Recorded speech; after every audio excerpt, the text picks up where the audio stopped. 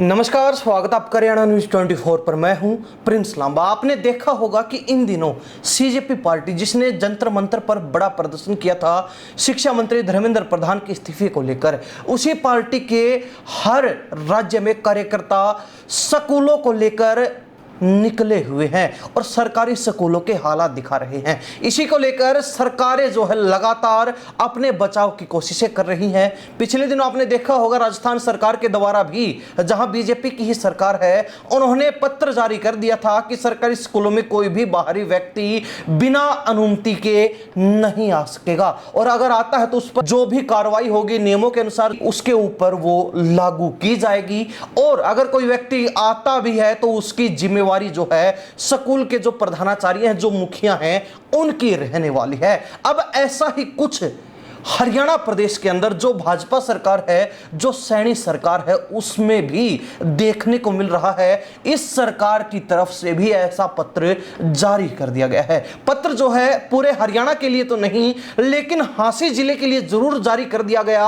हांसी जिले में लागू करके कि हो सकता है यहां एक पायलट प्रोजेक्ट के रूप में इस पत्र को लागू करके और बाद में बीजेपी पूरे हरियाणा में लागू कर दे। लेकिन पत्र में यह स्पष्ट कर दिया गया है कि बिना अनुमति के कोई भी व्यक्ति सरकारी स्कूल के प्रांगण में या फिर कक्षाओं में नहीं जा सकेगा। अगर उसको स्कूल के अंदर जाना है तो उसके पास परमिशन होनी चाहिए और उसके पास स्कूल में जाने का वैध कारण भी होना चाहिए। यानी कि उसके पास एक आवश्यक कारण होना चाहिए, सही कारण होना चाहिए कि वो इस कारण की वजह से स्कूल जा रहा है। अगर कोई व्यक्ति अवैध कारण के चलते स्कूल जाता है तो उसके ऊपर कार्रवाई हो सकती है। यह इस पत्र में स्पष्ट कहा गया है। लेकिन सवाल यह उठता है कि इस पत्र में यह नहीं बताया गया कि कौन से कारण वैध हैं और कौन से कारण अवैध हैं। यानी कि अगर कोई अभिभावक है, वो अपने बच्चे की प्रोग्रेस जानने के लिए स्कूल जाता है तो यह कारण वैध है या फिर अवैध है।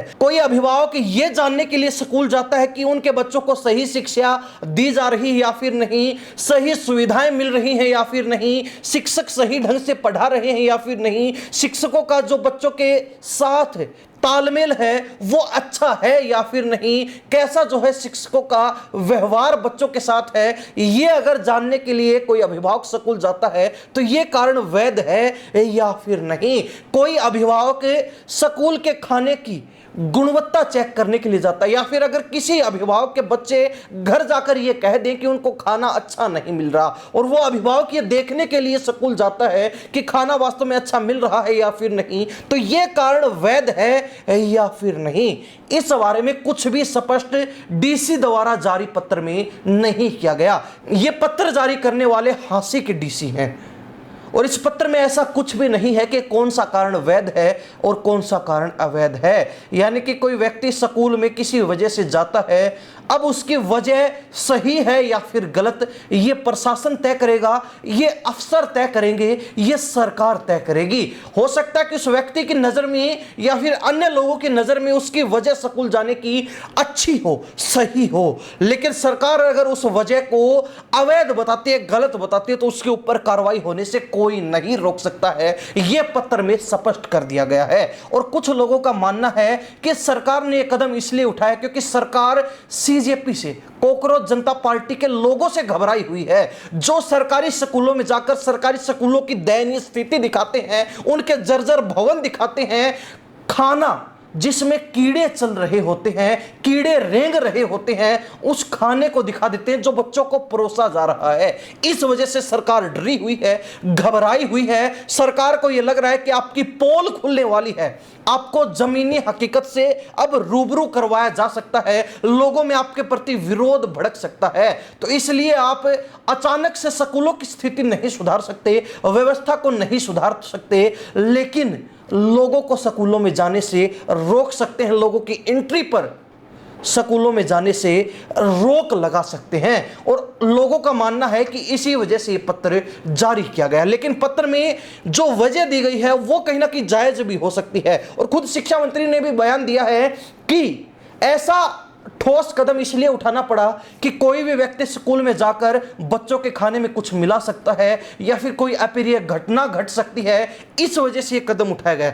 हो सकता है कि ऐसा भी हो जाए और ये एक वजह कहीं ना कहीं इस कदम को उठाने के लिए काफी सही भी साबित होती है, लेकिन ऐसे नियम को लागू करना गलत है, इसकी भी अनेक जायज वजह हैं, जिसकी वजह से ही इस पत्र के ऊपर अब उंगलियां उठ रही हैं, सवाल खड़े हो रहे हैं और लोग सरकार से हांसी डीसी से पूछ रहे हैं कि आखिर क्या वजह थी जिसके कारण ऐसा पत्र जारी करना पड़ा। यानी कि इस पत्र के जारी करने के बाद स्थिति स्पष्ट है, अगर किसी व्यक्ति को स्कूल में जाना है तो पहले अनुमति लेनी होगी, और अनुमति भी तभी मिलेगी जब अफसरों को स्कूल के प्रधानाचार्य या फिर स्कूल की जो एक कमेटी होती है जिसमें गांव के लोग शामिल होते हैं, सरपंच वगैरह, पंच वगैरह, उन लोगों को वजह बतानी होगी कि क्यों वो स्कूल में जा रहा है। उनको अगर सही लगता है तो वो परमिशन देंगे, अगर उनको सही नहीं लगता तो वो परमिशन नहीं देंगे। राजनीतिक गलियारों में चर्चा है कि सीजेपी के स्कूलों के हालात दिखाने के कारण सरकार बौखला गई है, सरकार डर गई है, सरकार के पसीने छूट रहे हैं, सरकार जो शिक्षा व्यवस्था नहीं सुधार पाई, अब जो है अपनी खामियों पर पर्दा डालने में, अपना खोदा हुआ गड्ढा भरने में लगी हुई है। ऐसे पत्र जारी करवा के कानून की आड़ में छिपने की कोशिश कर रही है।